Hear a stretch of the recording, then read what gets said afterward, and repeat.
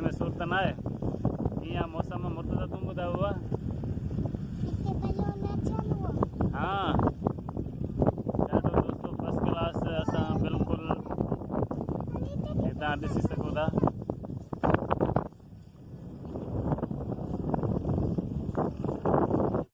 अस्सलाम वालेकुम दोस्तो, खुश आमदीद, वेलकम मुंहिंजे चैनल ते तव्हांखे खुश आमदीद आहे। दोस्तो मुंहिंजी इहा दुआ आहे तव्हां जिथे बि हुजो, जहिड़े हाल में बि हुजो, तव्हां तमामु घणा ख़ुशि ऐं हशाश बशाश हुजो। इहा असांजी तव्हां सां दुआ आहे। उमेद थो कयां त सभु ॿाहिरि खेर ऐं खैरियत सां हूंदा। अॼु मां पंहिंजे ॿारनि खे वठी आयो आहियां बनी गुंडा। ॾिसो था हीअ असांजो इलाइक़ो आहे। पहिरियों मां तव्हांखे पंहिंजो ॻोठु ॾेखारियो, हीअ असांजे शहर जो ॿाहिरियों ॾेखारे तव्हां सुठे तरीक़े सां ॾिसी सघो था। तमामु बहितरीनु ऐं अॼोको मौसम तमामु ज़बरदस्त आहे, जेको असां बिल्कुलु इंजॉय करे रहिया आहियूं। तव्हां हे ॾिसी सघो था, साम्हूं ट्रैक्टर आहे जेको बनीअ में हरकाए रहियो आहे ऐं तमामु ज़बरदस्त मौसम हे तव्हां ॾिसी सघो था। छा थियो हुआ, छा थो पियो सोचे, मथे में सूरत न आहे कीअं मौसम मुर्तज़ा तूं ॿुधायो हुआ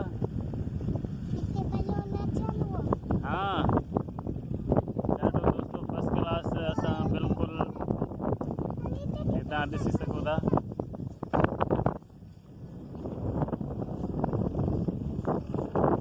असांजे शहर जो ॿाहिरियों ॾेखारे हीअ रस्तो आहे, तव्हां ॾिसी सघो था। ॾाढो ज़बरदस्त ऐं ख़ूबसूरत हे बनियूं आहिनि। हे ट्रैक्टर हरकाए रहियो आहे। फसल बिल्कुलु एंड ते, हाणे नए फसल जी बिल्कुलु तयारी हली रही आहे। हीअ रोड आहे।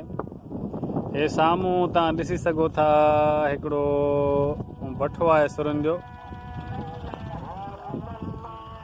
ऐं ॾाढो बहितरीनु ऐं ज़बरदस्त लोकेशन।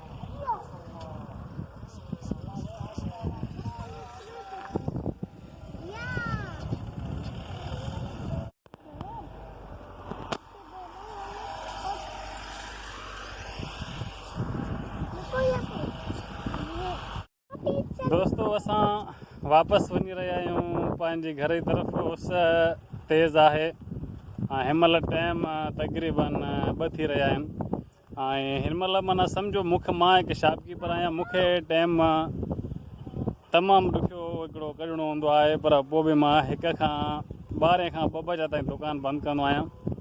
पोइ पंहिंजा जेके बि ज़रूरी कमकार हूंदा आहिनि उन्हनि खे लाज़मी पूरो करिणो हूंदो आहे, या सामान खणणो हूंदो आहे, या शहर में कंहिं बि क़िस्म जो कमु हूंदो आहे, त उन हिसाब सां मूंखे पंहिंजो शॉप बंदि करिणो हूंदो आहे।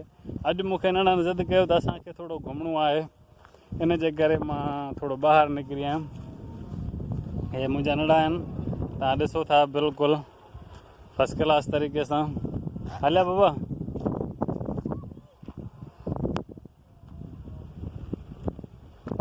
दोस्तो ही अॼु जो व्लॉग हुयो। उमेद थो कयां तव्हां भाइरनि खे लाज़मी पसंदि आयो हूंदो ऐं मज़ीद सुठा सुठा वीडियो ॾिसण लाइ तव्हांखे चैनल खे सब्सक्राइब लाज़मी करिणो आहे ऐं तव्हांजे घंटीअ जे निशान खे बि लाज़मी क्लिक करे छॾियो, जेके मुंहिंजा नवां ईंदड़ वीडियो तव्हां ताईं बासानी पुॼी सघनि।